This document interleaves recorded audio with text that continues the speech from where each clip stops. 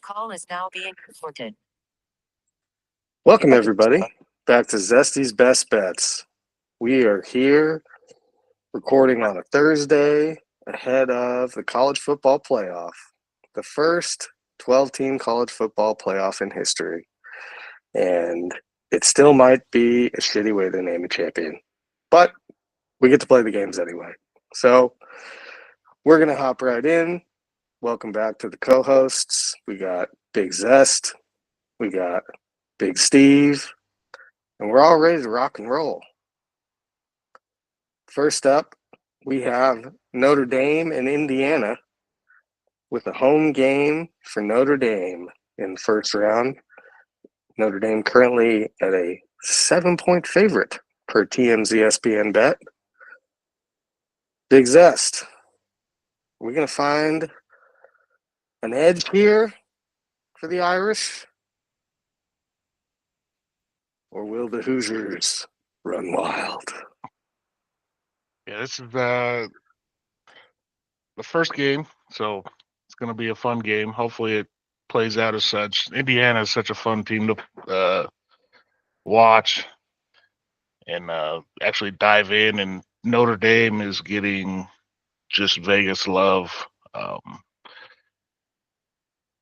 you know, considering love, they've got Julian Love's there's a hell of a running back. They've got a great running system. But Indiana, I believe, is top 5 in the nation against the running game. However, just like Notre Dame, Indiana really hasn't played competition that runs the ball nearly like Notre Dame will run the ball. We'll see what the trenches hold out, but Indiana does have some guys in the trenches that I think can hold up. Notre Dame's a little light on both sides of the trenches. I do like Notre Dame's secondary quite a bit, but if you look at the passing offenses Notre Dame has played, USC is probably the best, and USC hung up, 42 or 35 on them. Outside of 200-yard pick sixes, Notre Dame very possibly could have lost that game. Now we're looking at Indiana. Michigan and Ohio State kind of bullied them a little bit, and OSU's offensive line isn't anything to write home about. I mean, they are still talented, but they just haven't really played as a unit. I really look forward into the contrast of styles of play between the two of them. I do like Signetti. He is a gambler's friend, one way or the other. He's definitely going to run up points if he can. He's going to get you your points if you need it.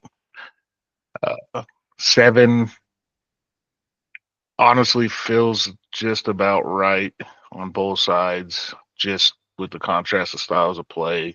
Notre Dame hasn't played the passing offense.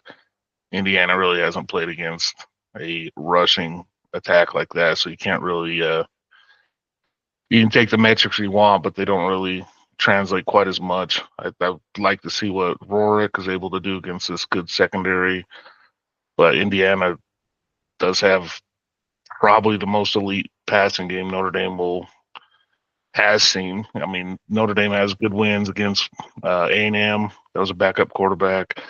2 service academies, so that was running the ball. When they played USC, that was a backup quarterback that nobody's really too afraid of, and they gave up quite a bit of points. So I'm very interested. The total is the first thing that struck at me.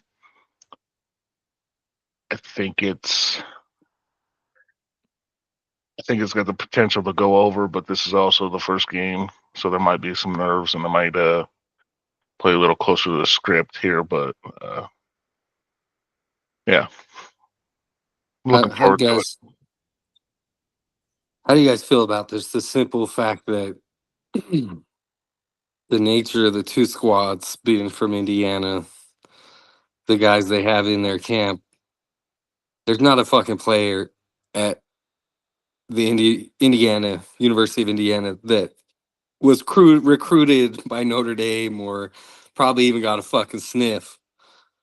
I would think that there's a lot of guys in their locker room that have a lot of fucking hate for the big guys in the state. I don't Yeah, think that same feeling, that same energy is shared by the Notre Dame players. I think Indiana sees this as much more of the Super Bowl that it is. Notre Dame, while they may be a little more talented, should win. You know, we've heard that story over and over again from Notre Dame throughout the years, whether it's them losing to a USC or a fucking Purdue or whoever it needs to be. You know, that's why, at the very least, why, well, 7 does feel like an appropriate number. Obviously, they're getting the Vegas love, so there's help there. But I just, my money would be on Indiana to cover that 7. Yeah, it's a good thought process because I've kind of thought about that too. That if you like the 7, I would consider the money line because I highly, well, there is a realm that they do cover the number, but more than likely, if they cover the number, they win outright. As Yeah. we've just talked about, this is an absolute cannot lose game for Notre Dame. Indiana does have a bunch of ragtag transfers. I mean, they did come from a good program in James Madison. A lot of the transfers, Rorick, very esteemed quarterback at Ohio U Bobcats. He very well could be outside Arch Manning. I would say he's up there with some of the best quarterbacks in this playoff here. He is the real deal, although he did struggle against bigger competition. But I don't think it's going to be too big of a scene for him. I do think he's going to potentially make himself quite a bit of money tomorrow at 6:00.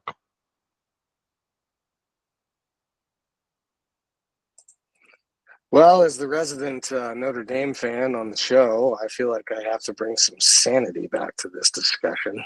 So let's see if we can attempt to do that. In all seriousness, you look at who Indiana had a tough time with, Ohio State, Michigan, and they fucked them around in the trenches. And they said, you're not going to do shit in your passing game because you won't have the ball. So Notre Dame, that's the way they got to beat them. It's also the way they like to play. I will be honest. The fact that they got a little bit lit up by USC is concerning, especially when I look at numbers like this. Rourke, 202 completions, 2,800 yards. Oh, that's pretty good. Riley Leonard, 194 completions. Hey, that's close to 202. Riley Leonard yards, 2,092, which is about 8 bills less on only 6 more completions. So if Indiana is able to hit some big plays, which, as you said, might be more difficult with that Notre Dame secondary, this could turn into the ultimate moment of embarrassment that everybody who is not a Notre Dame fan has been waiting for this year, which is for Notre Dame to lose the first home playoff game in the history. And not only would they be the losers here, but they'd be losing to in-state little brother, who I agree most likely does not have a single player on their roster that got offered a scholarship to Notre Dame. Because if you got offered a fucking scholarship to Notre Dame, you wouldn't go to Indiana. That being said, Well, this we'll would see be after this weekend. an incredible fucking embarrassment for the Irish, which is why I'm kind of worried it might come true. Yeah, even more to that. So metrically, Notre Dame's top 5 defensive yards per play. Awesome, right? Everybody loves that. That's essentially how you set your that's your baseline to start your cap. Offense, defense, how many more yards per play are you getting? Obviously, you're gonna move down the field. Notre Dame's opponents, the Maction, Texas A&M with a first-time starting quarterback. I believe he might have been a freshman. Stanford, Georgia Tech early in the year, before they were the Georgia Tech we know. Louisville, outside of USC, might have been their biggest uh, offensive threat as an opponent. They gave up 24. They covered, they didn't cover the game, but they won by 7. Indiana's better at offense than all these opponents they've played. Now, you can say the same thing with the defense Indiana's have faced outside of Michigan. That's the only other one that's in the top 5 metrics. But some of that's Michigan offense is so bad that they try to keep the ball. But it will be very interesting to see how this game actually plays out because the metrics don't quite make sense, especially on Notre Dame side of things. When you beat Florida State and Purdue combined 108 to 6 or 3 or no, yeah, 6, 10. So we'll see how it actually plays out. A very interesting game. Yep. Excited to see how it all shakes out for sure.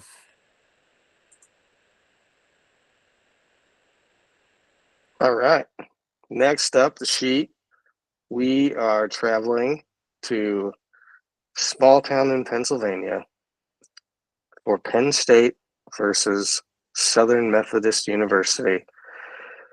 Is anybody else not surprised that in the first year where we've had full-scale NIL and you can buy your way into a playoff, that SMU, home of the original fucking NIL scheme, is back in the mix against the Penn State Nittany Lions?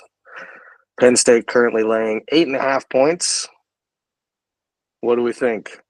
Will the whiteout prevail, or shall those deeply religious Dallas folk come out with a victory? Yeah, so the last we saw Penn State and we are watching both of these guys fresh off a loss that they made it closer, but for the most part, both of these teams, got dominated with Oregon dominating Penn State. Obviously, was a little closer with an 8-point finish, but the game was not 8 points for the most part. And what Oregon was able to do was quick passing, quick running, get onto the edges. That's where you can attack Penn State. They're real good inside, but you start spreading them out and wide. They go from a top 5 defense to well above 80. So if you're running out of spread, which SMU does, they're an 80 or worse ranked defense metrically on yards per play. SMU on the other side, the only defense even close to comparable that they faced was BYU, and BYU beat SMU. And then Clemson last week, the defensive line was able to dominate and abuse SMU. I do think the stage was a little big for them in the championship. They did flip the switch a little bit, and maybe that will help. The other thing is, this is at night, white out, 100,000, sub 30-degree temperatures in a Texas team.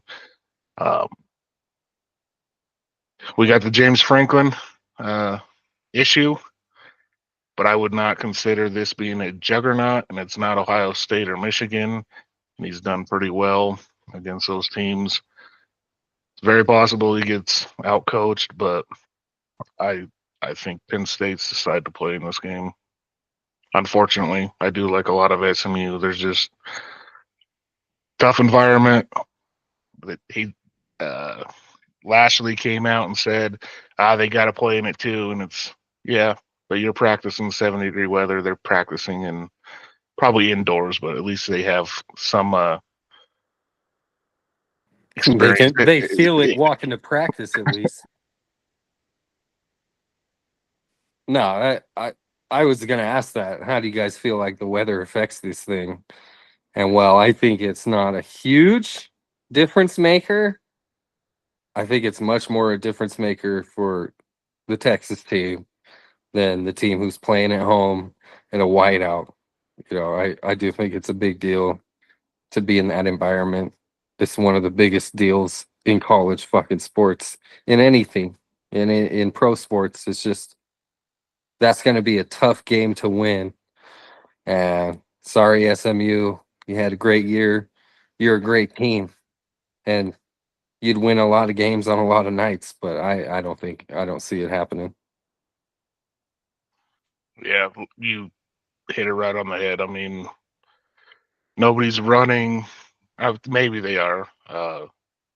Penn State just shits the bed so much in prime time that people think they're bad, but they actually have done really well over his tenure. They just have no great victories, and then when they do lose, it looks very bad. Like I said, even the 8-point loss to Oregon, they were much worse than that. It was either late scores or Oregon kind of, I wouldn't say fumbled away, but it was more of what Oregon didn't do, not what Penn State did. And like I said, SMU, I know they run the spread, so they are going to have an advantage at that. But if it gets to the point you're in passing downs, that's what Penn State does. They're able. I do think their defense is overrated, but they can rush the passer, which makes their secondary better. Um, I do believe I watched a few games where they did struggle with mobile quarterbacks, but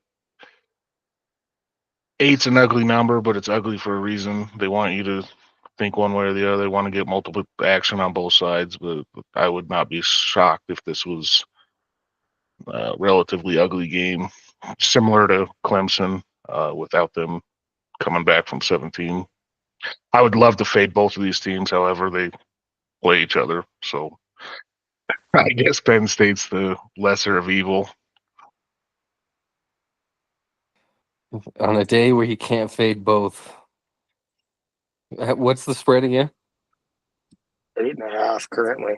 8.5. So yeah, I mean, take the points and run with them. Yeah, that's cheap ass ESPN. You can find your eights out there, but typically ESPN's a little greedy with that kind of shit. But BetMGM's got them at 8. There's a couple other places that have 8s, but yeah, 8.5, 8. I would say it probably trends closer to 8.5 or 9, depending on versus 7.5 or 7. Yeah. Definitely shop your when you lines. say ugly game, you think it might get ugly for one side or just look ugly in general? Low scoring. I do think there's a possibility SMU is not competitive. I Yeah. hope that not the case, but I see that more likely than the other side. I definitely don't see them walking out with a victory, and Yeah. I hope we're able to watch it in the fourth quarter and And be at least excited. Yeah. at least enjoy it, or if you got a Penn State ticket and it's a blowout, be happy with it and not get the back door. But I do not think this is going to be. This will probably be game number 4 worth watching, but Clemson Yeah. has something to say about it too, so we'll see. Yeah, I think Penn State's looking to blow off a little steam against the low grade version of what they just saw. So they're ready to move past this game. Yeah, I think SMU is a very low grade version of what Penn State just saw, and would not want to be trying to find a way for them to keep it within 8.5 here. Small correction to the time of the game. It is at 12 p.m. Eastern time, so not a night game. However, the kickoff temperature is projected to be a balmy 18 degrees with up to 20-mile-an-hour wind gusts. So I'm Temperature thinking is going to those. be affecting the ball. I'm thinking those Dallas boys aren't going to be too keen on getting fucking ripped around in that cold weather. But Yeah, who knows? yeah, Maybe they And got that's where some it's like, yeah, they're all nor'easters. playing in it. Who knows who's going to thrive and who's going to really shit the bed in cold weather. But you got to assume, again, there's more there's more acclamation happening for the Nittany Lions than there are for the Mustangs. Yeah, typically weather or wind is going to affect the spread team even more. That also affects the total, obviously, if you can't throw the damn ball. Not saying one way or the other. Another fun just tidbit here, if you get the chance, before the game we just talked about, go get yourself some Gator money. Tulane is very they might struggle to get a squad out there. Uh, their best player left, their quarterback. So who knows what they have? That 10.5 is inflated, but this is all Gators or nothing for sure. Well, I hope you're right on that. And after we watch those Gators, we can hop on over to what might be the most entertaining game of the foursome this weekend, and that is Ohio State in the Horseshoe getting a visit from the Tennessee Volunteers. Ohio State is laying 7.5 points. That is TMZ ESPN bet, though. Shop around. You can get a better line. Get it. And are we going to see Ryan Day fired on the field after? They're gonna plant the flag in Ryan Day? I mean, I would love to see that. Yeah, we might be on flag watch pretty early. Ohio State might get triggered if they see that burnt orange tea floating around. See if fans are patted down and searched, and God forbid the cheerleaders bring in a flag, because apparently that's more important than defending your home field. Obviously, with the 12-team playoffs, this is the first time there's ever been a December game in Ohio Stadium. Tennessee does get cold, so I don't think the temperature is going to get too terribly crazy as far as a Southern team, in theory, playing a Big Ten team. This game's going to come down to the trenches. Tennessee, I know I've said their praise in other words, one way or the other. They're the worst, best team I've ever seen, and I love to fade them, but I do think they have an advantage in the trenches. I do think they're going to be able to run the ball quite successfully. And truthfully, I think they might be able to bully Howard. The few big games I've seen, Will Howard looks like he misses the Big 12 because Michigan had him seeing ghost and didn't look that great against Oregon either. I mean, the team and the talent around him is phenomenal, but if the head of the snake is cut off, the snake struggles quite a bit, as we saw in Michigan. This was another team I was hoping to be able to fade, and now I have myself a volunteer ticket at 7.5. If it gets ugly early, the pressure is going to mount even more on OSU, so it's very critical for them to get a fast start. So potentially a first quarter bet on OSU could be profitable, but they come out of the gate sluggish. This is going to look ugly. Everybody's going to feel the pressure. Everybody's going to start counting their millions and then think, man, where can I transfer next year? Because it could get ugly. Well, to that point, I just think, what does Ohio State have to do early to be comfortable? I mean, they got to be up 2 scores early to be anything but comfortable. Like, they're not going to be comfortable unless that happens, because if Tennessee hangs around, if they're close, if Ohio State doesn't look dominant, everyone's going to, just like you said, getting stressed out, starting questioning the play call in, looking around, and that's when Tennessee, one play happens, they take a lead midway through that game, boo-birds come out. It's like, this is not the environment you want to be in at home. That's all I'll say. Yeah, the first 15 is going to be critical. In theory, if this is what you're scripting and you've had, what are we now, 3 weeks to prepare? 4 weeks, 3 weeks, something like that. If they have a first drive punt, like 3 and out, or just Yeah, clunky, man, they're going to be tight as can be. Honestly, if I was them, I would try to establish the line of scrimmage early. Um, but yeah, if they come out slow, I can almost guarantee you can see it on TV of them getting tight, and those cameras are going to be locked on Ryan Day and all these other high-profile, amazing athletes that are uh, potentially soft and thinking of where they're getting their money next. I love that analysis. Betting public, what say ye? Yeah, I mean, I think Ohio State's a better team. I don't think that Tennessee should win.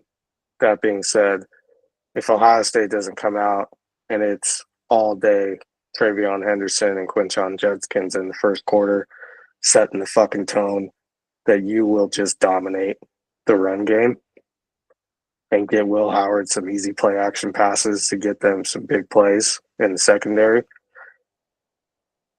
it could get real sketchy real fast because Tennessee has very good running backs. And if they are not putting on pressure on Nico and not able to get him in positions where he has been unsuccessful this year, which is when he's got little time to throw or he has really tight coverage, then Ohio State better look out because they might be listening to old Rocky Top when they plant that flag. And if that's the case, Ryan's gone. And I don't want to see that. So Yeah, 100%. let's see There- Ohio State do something to keep their crazy fucking fan base off their coach's ass. This is a big time win one for the Gipper after you fuck the Gipper in the ass during the Michigan game. But Yeah, that all just worries me because, like Zesty said earlier, Will Howard's just not that dude. Like, I don't think he's that dude who you can count on to just go out and make it look great early, like it needs to be. It might, but I'm not count. You can't just like count on that dude. And if it doesn't look good, if all of a sudden they have to pass, man, that's gonna be really stressful real quick. yeah. I honestly think at some point, the betting public, you kind of hit it on the head a little bit that it's going to start with the running game. Any Ohio State game you watch, they are able to run the ball. Everything comes off of their running game. They have amazing weapons every year, but even way back, name your OSU quarterback, it always comes off a big run, explosive plays. I would expect a little more quarterback run game. Maybe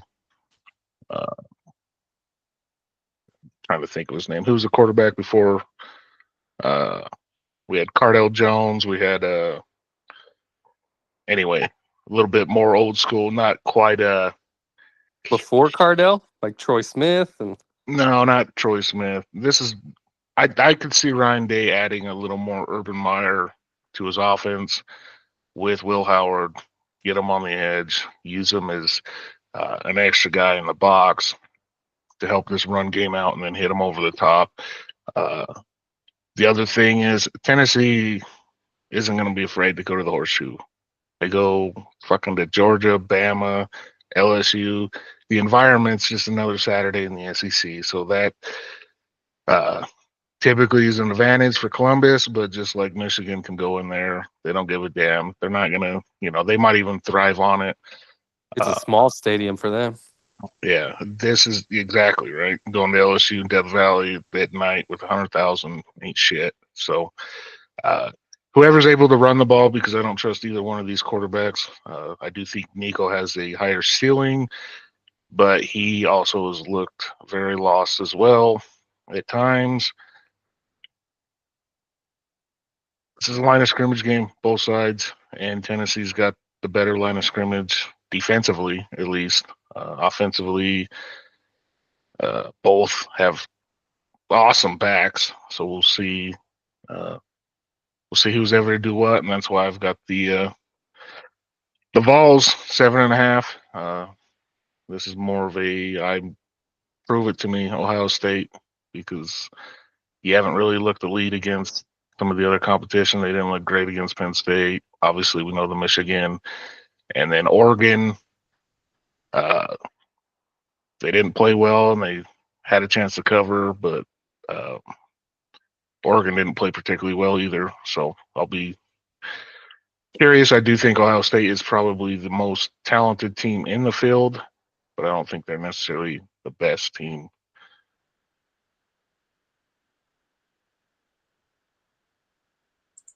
Yeah, we shall see how it goes up there. And rounding out the foursome, we have another potentially lopsided matchup. The Clemson Tigers, rulers of the ACC, against the Texas Longhorns, the newly promoted SEC members.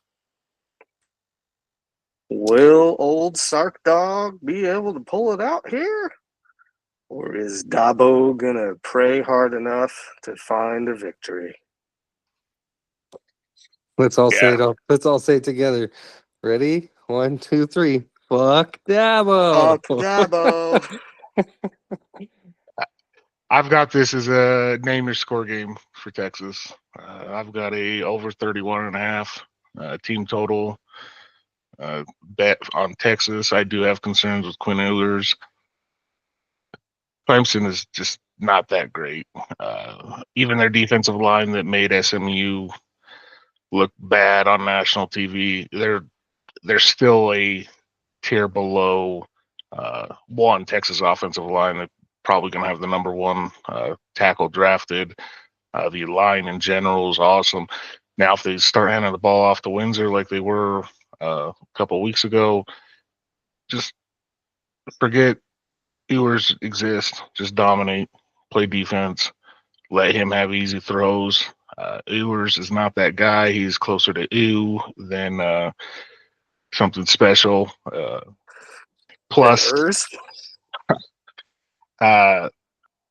yeah, I don't see this getting close. I don't love laying 2 touchdowns here, but I definitely think Texas is going to score 32 points, and I don't see Clemson's offense matching that. And then, unfortunately, everybody remembers what Georgia's done to Texas. But Texas is a pretty decent team. They're nowhere near what they were last year. They were way more talented last year, but they are still quite talented, and they are a step above in class. Looking at the spread, depending on how much you trust this is about a 65-35 for people on Clemson, and the line continues to move towards Texas. So take it as you want with that. That's just because people like the underdog. This is what you would expect in a 12-5 matchup. This isn't college basketball. This is football. Clemson is better than Miami, but Bama would beat the piss out of this Clemson team. Obviously, they're not in there, but Clemson did what they had to do to get in here, but it's going to be short-lived, and Texas is going to keep Texas recruits in Texas instead of going up to Clemson like they have been, in Dabo's tenure. Let me be clear. I do think Dabo will indeed pray hard enough to win this game, but it just won't will not fucking matter, because Texas is going to, again, what I say earlier about Penn State, it's just a lesser version of what they just saw, and they're going to take out some steam, blow off some steam on fucking Clemson is what I hope. I hope they hit that team total over. I mean, I love the love that Mr. Zest is showing Texas here. I'm very biased. If you guys don't remember, I am definitely a McConaughey of sorts. All right, all right, all right. So hook 'em horns this weekend. I'm hoping they whip that ass so I can see both of my teams at the same time, Texas and the Steelers, make some meaningful wins. Yeah, if you just look at the team totals here, it is heavily juiced to the under of Clemson 20.5. So take that for what you want. Uh, and there's zero chance Clemson, they might not, Texas might not reach the 31.5, but they're not keeping them under 28. I would be blown 20, away. yeah, exactly. There's one path of success for Clemson, and that's ball control, run the ball, Klubnik being able to do some stuff with his legs, and Texas just absolute shit in the bed, and I don't really see that happening. This has a Georgia Clemson feel that we saw earlier in the year, and we'll see the difference. I hope Klubnik tries to do something with his legs so he can end his life. Well, I think the most meaningful signal that we can take from the line movement in this game is that it opened at a total of 54.5. It's now at 51.5, and the spread opened at 10.5 and is now at 12 or 12.5 for Texas. So essentially what Las Vegas is telling us is we can take those 3 points away from the total, and we can do that because we're pretty fucking sure Clemson's going to score 3 less points than we initially thought. So I think that it is likely that Arch Manning plays this week, and it's not because Quinn Ewers did anything wrong. They're just going to whoop some ass. So I'll be praying for it, and I know my brothers in arms will be praying for it around the nation as well. So go Longhorns for this weekend. Yeah, to that,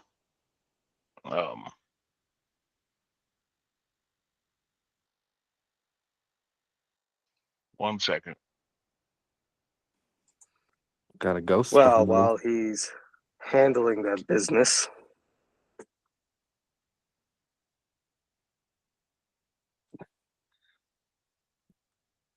Listen,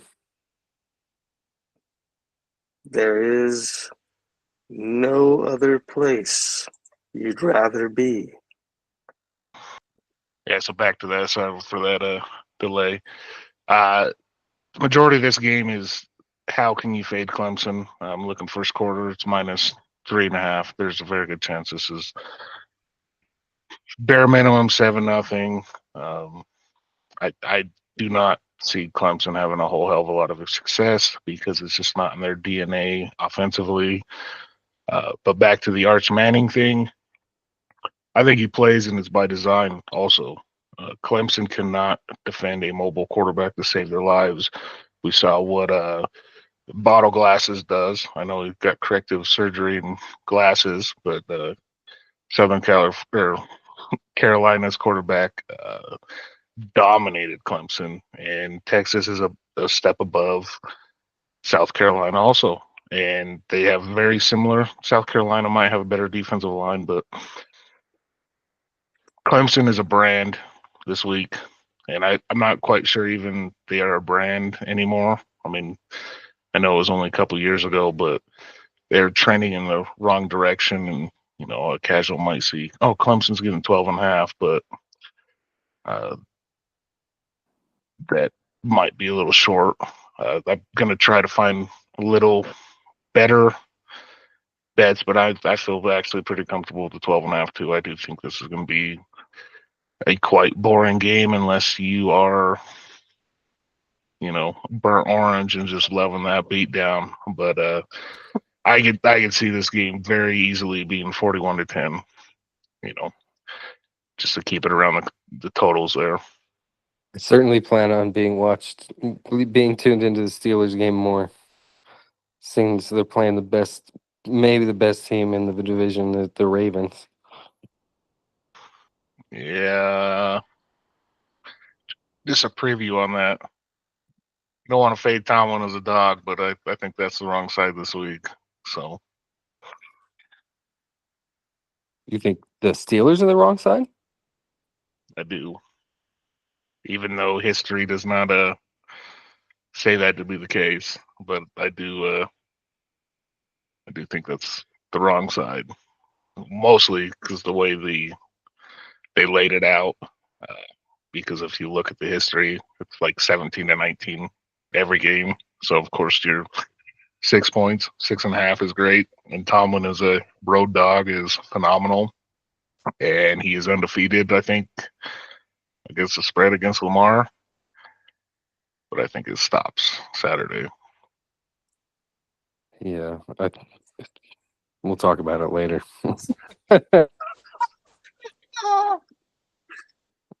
Pickens has to Oh, play. he's out.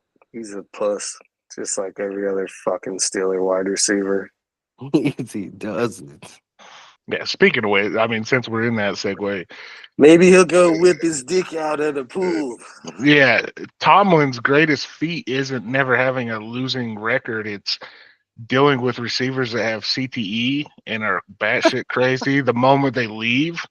Like, look at Deontay Johnson. He was going to be a stud, Unreal. and now he's a less talented, less established Antonio Brown. We had Plaxico shooting his dick off. I mean, I think that's Tomlin's greatest strength is he just keeps fucking the circus in house. And when I'm like, I'm done with you, then they can go fucking be a circus and wear all latex and fucking do a rap concert and be terrible. I don't remember. I remember everything you just said, but I don't remember Plaxico shooting his dick off. I think it was a little different thing that happened. But you're right. I mean, the guy deserves some kind of special award or gold watch or something just for dealing with his receivers over the years. But Yeah, that being that, said, I'll take that Deontay alone will Johnson get him in back the Hall of Fame. tomorrow. That alone Bring him will back get to him in the Hall of Pittsburgh. Fame. They'll just, getting enshrined, be like, yeah, he coached Antonio Brown with this accolades, and then he did this. Yeah, first ballot. Oh, by the way, you're pretty successful as a head coach too, and won a Super Bowl. But this is what we're putting on your bust here. Steelers need to sign Tyler Lockett. There, I said it. Well, good luck in Steel City. And good luck at the betting window, everybody. That has been another tasty episode of Zesty's Best Bets. May you all find winners in your pocket. And we will see you all for round 2 of the college football playoff, if not before. And check out the podcast next week. And check out the Substacks for more picks as we go through the week and the NFL weekend. Links in the description. Like, comment, subscribe. Juice the algorithm for us. We appreciate it. Hey, Mary. make sure you get your Dakota State ticket. Depending on what side of the border you're on, but huge rivalry game. South Dakota, they're coming after Big Brother. They are now the Big Brother. Get that 3.5 ticket for them Jackrabbits. They coming. Merry Christmas. Merry Christmas, Jackrabbits. Take care. Thank you. Appreciate it. Bye-bye.